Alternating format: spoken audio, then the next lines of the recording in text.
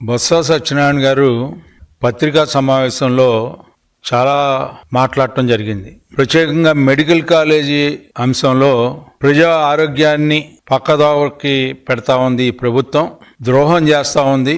మేము అన్ని కాలేజీల్లో పర్యటించి ప్రజల్లోకి తీసుకువెళ్తాం, ఈ అంశాన్ని ప్రైవేటీకరణని ఆపుతామని చెప్పి ఏదేదో మాట్లాడుతూ ఉన్నారు. మీరు మొన్న జరిగినటువంటి సమావేశంలో, శాసన మండలి సమావేశాల్లో మీరు చాలా స్పష్టంగా ప్రభుత్వం యొక్క వైఖరి అది ప్రైవేటీకరణ కాదు, పీపీపీ అంటే చాలా స్పష్టంగా వివరించడం జరిగింది నేటి వైద్య ఆరోగ్య శాఖ మంత్రి గారి ద్వారా. అయినప్పటికీ చెవులున్నా కూడా, వినపడ్డా కూడా విన్నట్టు, కళ్ళుండి కూడా కబోదులాగా వ్యవహరిస్తున్నట్టుగా సమావేశాల్లో మీకు ఇష్టం లేకపోతే వాకౌట్, అసెంబ్లీ సమావేశాలకి పూర్తిగా మీ నాయకుడు, మీ పార్టీ యొక్క ఆలోచనని చెప్పలేక, వివరించలేక మీరు చేసినటువంటి మోసాలు, దగ, వంచన వీటిలన్నింటినీ ప్రశ్నిస్తారేమనే భయంతో ఈ రోజున మీరు బతుకుని కొనసాగిస్తూ మీరు మరలా మా మీద మాట్లాడటం అనేది నిజంగా చాలా హాస్యాస్పదంగా ఉంది. జరిగిన శాసన మండలి సమావేశాల్లో